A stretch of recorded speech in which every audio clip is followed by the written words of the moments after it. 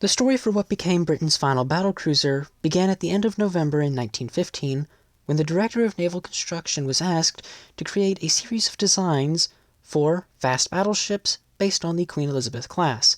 Britain was expecting to construct an improved Queen Elizabeth type. A few criteria points were given to him to improve over the Queen Elizabeth type. The ship was to have a higher freeboard. It was to have its secondary armament relocated out of the upper hull, as the indentations for the casemates spoiled the ships as seaboats, making the guns very nearly useless and the ships almost dangerously wet in heavy weather. The final requirement was that the design have an improved underwater defense system based on recent experiments conducted by the Royal Navy. 4 designs would be submitted between the 29th of November 1915 and the 18th of January 1916.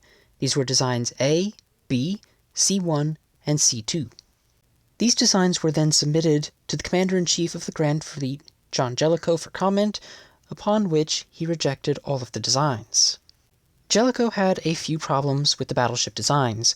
Firstly, he did not believe the Royal Navy needed more battleships at the time, and subsequently he also commented that they seemed to be short on battlecruisers, especially considering that Germany was accelerating its own battlecruiser programs.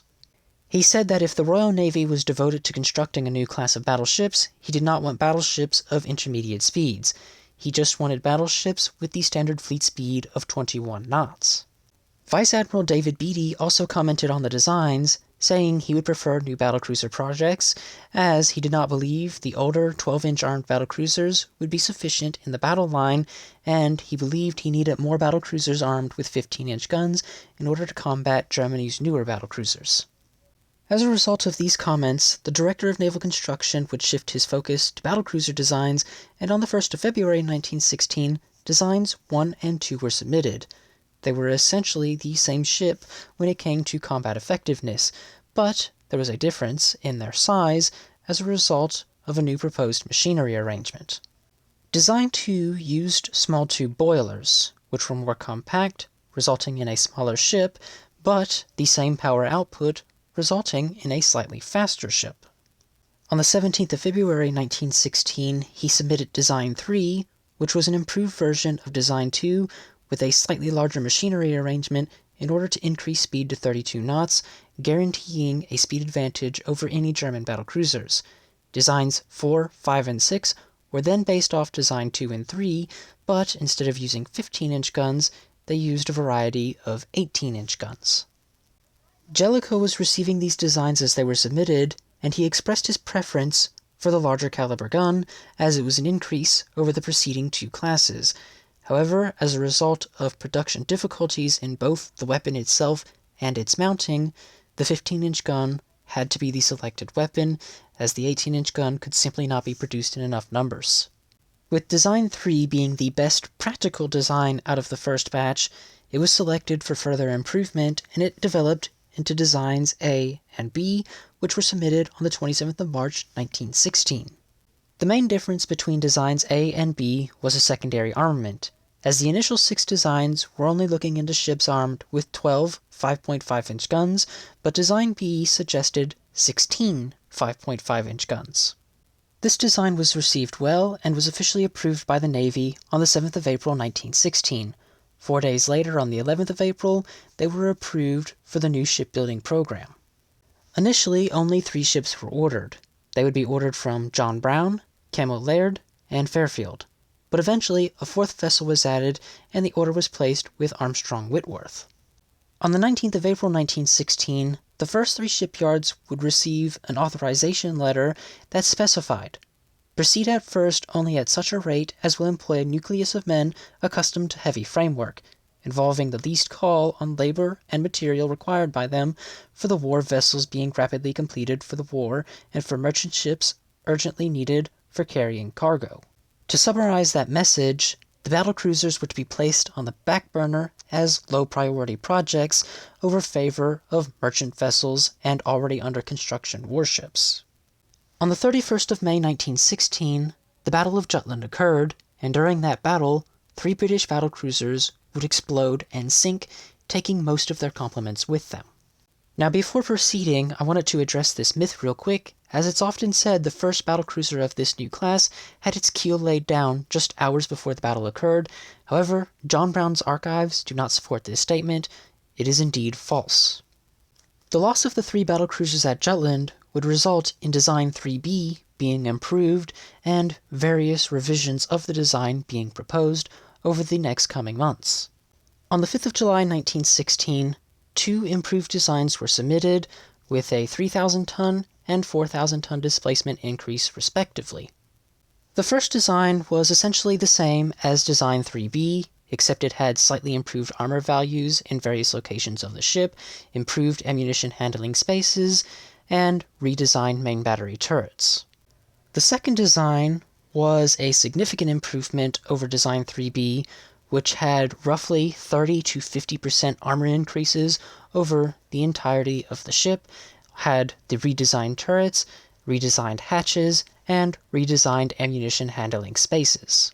However, what is interesting about all of these designs that I should point out is that the deck armor, though improved from roughly 1.5 inches to 3 inches, was still to be comprised of protective plating and not armor plate. For those who are unaware, British battlecruisers during the First World War were designed with their armored decks being made of protective plating, which was intended to keep splinters out of the machinery spaces and magazines.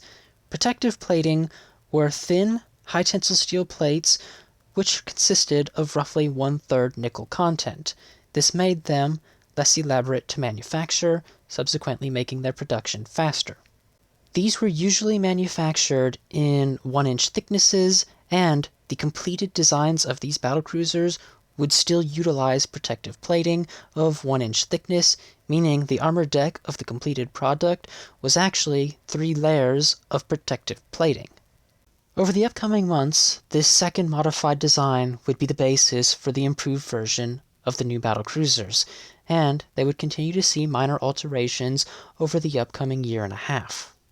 While the redesign process was slow, near the end of 1916, all 4 ships would have their keels laid down, with the redesign process still ongoing, but it had advanced far enough to where frames and the lower portions of the ship could be constructed. With that, construction on the ships could begin. Hull number 460 had its keel laid down at the John Brown shipyard on the 1st of September 1916. It was launched on the 22nd of August 1918 and completed on the 15th of May 1920, being commissioned HMS Hood. The second ship, hull number 834, was laid down at the Cancellation shipyard on the 16th of October 1916. The third ship, hull number 527, was laid down at the Fairfield shipyard on the 9th of October 1916, and the fourth ship, hull number 909, was laid down at the Armstrong Whitworth shipyard on the 9th of November 1916. As a result of a small and increasingly unqualified workforce, the latter 3 ships were suspended on the 9th of March 1917, pending resumed construction. These 3 ships would respectively be named Howe, Rodney, and Anson. Unfortunately, nearly 2 years after having their construction suspended, on the 27th of February 1919, the Royal Navy made a decision. Having regard to all the circumstances, the board agreed that the construction of His Majesty's ships Anson, Howe, and Rodney should forthwith be cancelled and the slips set free for merchant ship construction. This class of battlecruiser came at an extraordinary cost. Hood upon completion had cost the Royal Navy £6,025,000 to build, while the other 3 ships had cost the Royal Navy £321,000, £315,000, and £470,000 respectively. In comparison to the preceding class of battlecruisers, the Renowns, they had cost £3.1 million apiece to construct. That meant the construction of Hood alone cost the same as the 2 preceding battlecruisers combined. However, this extraordinary expense came with extraordinary prestige. Hood would go on to embody the Royal Navy for the next 2 decades, and it would also be the world's largest warship upon completion, and it also would remain that way for nearly 2 decades. Hood is often credited as being a significant improvement over preceding British battlecruisers, which it undoubtedly was, but it was still far from perfect, and the Royal Navy was aware of it during construction. Hood was not the embodiment of war lessons from the Battle of Jutland. It was simply the culmination of an old design being reworked.